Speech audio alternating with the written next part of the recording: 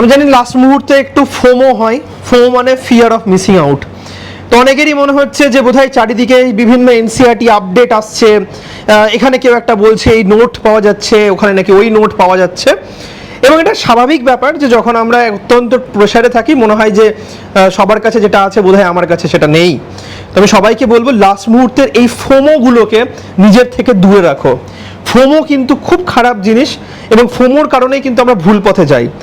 এবং এই লাস্ট মুহূর্তের ফোমো থেকে নিজেকে কি করে দূরে রাখবে, কারণ অনেকে যে বলছে, এটাকে অনেকে ক্যাওস বলছে আমাকে, যে চারিদিকে এক্সাম হলে যদি স্যার ইনকেস 12টার আগে এক্সাম হলে চলে যাই, বাইরে রোদ থাকে কিংবা এই ক্যাওস থাকে যেখানে বিভিন্ন ধরনের কাকু কাকিমা কিংবা বন্ধু বান্ধব বিভিন্ন ধরনের নোটস নিয়ে আলোচনা করে, বিভিন্ন ধরনের মানে কি বলবো বিভিন্ন ধরনের কোয়েশ্চেন নিয়ে আলোচনা করে।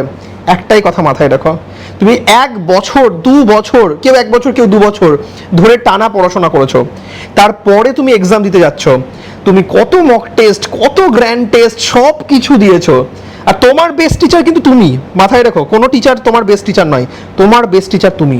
তুমি সব থেকে ভালো তুমি জানো যে কোন জিনিসটা কিভাবে করলে তুমি বেস্ট রেজাল্ট করতে পারবে। আর তাই সবাইকে বলবো এই লাস্ট মুহূর্তের ফোমো থেকে, ডিস্ট্রাকশন থেকে, সব কিছু থেকে যদি নিজেকে সেফ এবং সিকিওর রাখতে চাও, তার বেস্ট টেকনিক হচ্ছে সবসময় পেজ উল্টাতে থাকো। এক্সাম হলে গিয়েও সবসময় দেখবে পেজ উল্টাতে থাকো।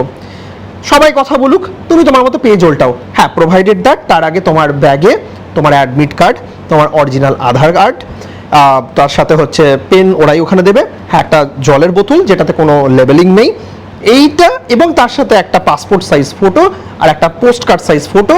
অ্যাডমিট কার্ডে যেখানে যেখানে নিজের সাইন করার দরকার, যেখানে যেখানে ওই থাম ইমপ্রেশন দেওয়ার দরকার, সেইগুলো দিয়ে নিয়েছো কিনা, আর রাইট টাইমে রাইট সেন্টারে পৌঁছচ্ছ কিনা, এইগুলো যদি সিকিওর করে নাও, তারপরে অন্যদিকে কোনো কান দেওয়ার দরকার নেই, কানে যেন কিছু না ঢোকে। নিজেকে এখন তুমি ওই সমস্ত ক্যাওস থেকে নিজেকে ডিস্ট্র্যাক্ট করো। আর তার বেস্ট উপায়, তুমি সবসময় এরকম পেজ উল্টাতে থাকো।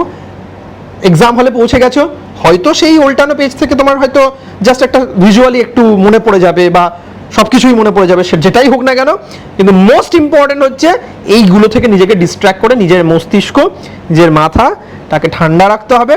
আর মনের মধ্যে ওই গুনগুনে যে আগুনটা আছে না, যে র্যাঙ্ক করে দেখাবো তোমাদেরকে, সেটাকে কিন্তু ধরে রেখো, খুব ভালো হবে রেজাল্ট, ভয় পেও না। All the best. পরীক্ষার আগের দিন আমি অল দ্য বেস্ট খুব একটা বলতে চাই না, চাপ বেশি লাগে, তাই একদিন আগেই অল দ্য বেস্টটা বলে দিলাম। সবাই খুব মন দিয়ে পরীক্ষা দেবে, ফাটিয়ে পরীক্ষা দেবে, রক দ্য এক্সাম। দেখা হবে পরীক্ষার পরে।